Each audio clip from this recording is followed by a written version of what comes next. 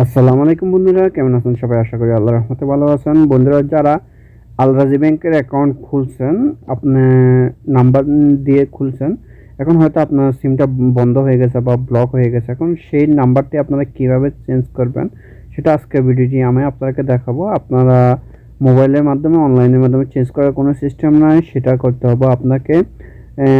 আল রাজি ব্যাংকে এটিএম বুথে যাবেন, সেখানে দেখবেন এই সেলফ সার্ভিস মেশিনটি পেয়ে যাবেন। এখান থেকে আপনাকে নাম্বারটি চেঞ্জ করে নিতে হবে। সেটা কিভাবে করবেন আজকে আমি আপনাকে দেখাবো। আপনারা 2 মিনিটের নাম্বার চেঞ্জ করে নিতে পারবেন খুব সহজে। আর বন্ধুরা, আপনারা যদি আমার চ্যানেল নতুন হয়ে থাকেন, এখনই সাবস্ক্রাইব করে দিবেন আর ভিডিওটি সম্পূর্ণ দেখবেন, স্কিপ করবেন না।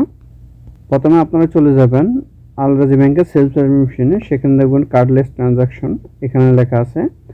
এই অপশনে আপনারা ক্লিক করবেন, এরকম অবস্থা দেখবেন। তারপরে এই অপশনে আপনারা ক্লিক করবেন। বন্ধুরা, ক্লিক করার পর আপনাকে নতুন একটা অপশনে নিয়ে যাবে। এখানে দেখবেন, এখান থেকে আপনি ল্যাঙ্গুয়েজ সিলেক্ট করতে বলেছেন, আপনি ইংলিশ সিলেক্ট করে নেবেন।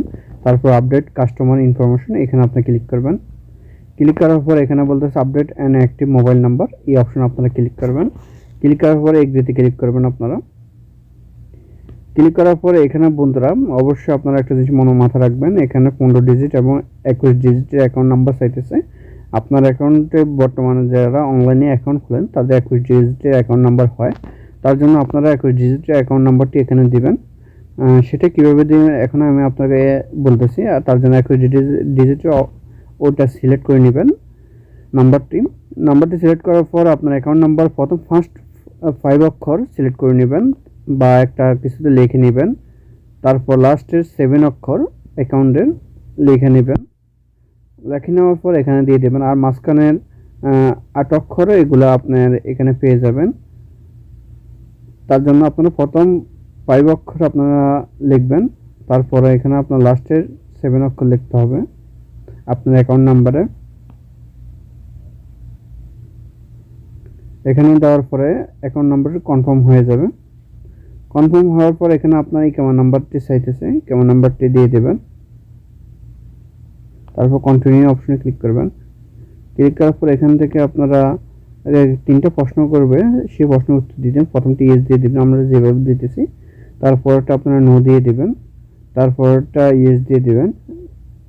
তারপরটা আবার ইয়েস দিয়ে দেবেন। যদি না বুঝেন আপনারা একটা স্ক্রিনশট নিয়ে রাখবেন। তারপর এখান থেকে কন্টিনিউ অপশনে ক্লিক করবেন।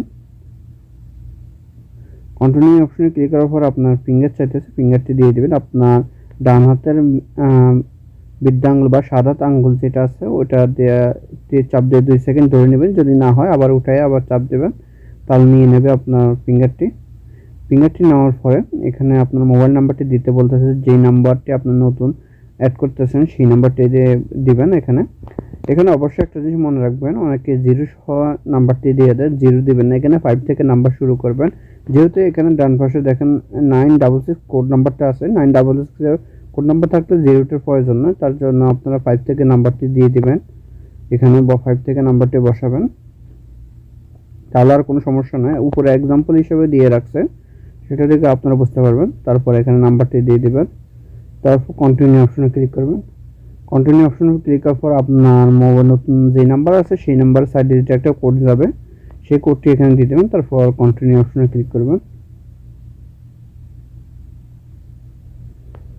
এখান থেকে দেখেন your transaction complete, your mobile number has been successful. এখানে আপনার মোবাইল নাম্বারটি চেঞ্জ হয়ে গেছে, আর কোনো সমস্যা নয় বন্ধুরা। এভাবে আপনারা চাইলে আল রাজি ব্যাংকের মোবাইল নাম্বারটি চেঞ্জ করে নিতে পারবেন। আর বন্ধুরা, আপনারা যদি চান আমাদের মাধ্যমে যে কোনো ব্যাংকের অ্যাকাউন্ট খুলতে, তাহলে আপনারা এই নাম্বারে যোগাযোগ করে যে কোনো ব্যাংকের অ্যাকাউন্ট খুলে নিতে পারবেন খুব সহজে, অল্প খরচের মধ্যে। তো বন্ধুরা, ভালো থাকবেন। আল্লাহ হাফেজ।